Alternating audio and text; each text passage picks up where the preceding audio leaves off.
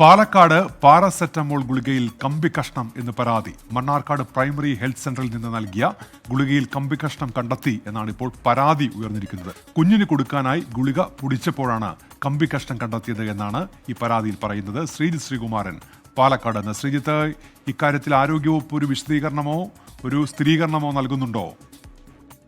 ഇതുവരെ അങ്ങനെ ഒരു സ്ഥിരീകരണത്തിനോ അല്ലെങ്കിൽ വിശദീകരണത്തിനോ അവർ തയ്യാറായിട്ടില്ല. അവരുടെ പരിശോധന നടക്കുകയാണെന്നാണ് മനസ്സിലാക്കുന്നത്. എന്തായാലും കഴിഞ്ഞ ദിവസം, അതായത് ഇന്നലെ രാത്രിയോടുകൂടിയാണ് കടുത്ത പനി ബാധിച്ച മണ്ണാർക്കാട് സ്വദേശി ആസിഫിന്റെ മകൻ 8 വയസ്സുകാരനെ ഈ പ്രാഥമികാരോഗ്യ കേന്ദ്രം, വെൽനസ് സെന്റർ, ജനകീയ ആരോഗ്യ കേന്ദ്രത്തിൽ പ്രവേശിപ്പിക്കുന്നത്. മണ്ണാർക്കാട്ടെ ആ ജനകീയ ആരോഗ്യ കേന്ദ്രത്തിൽ ഗുളിക നൽകി.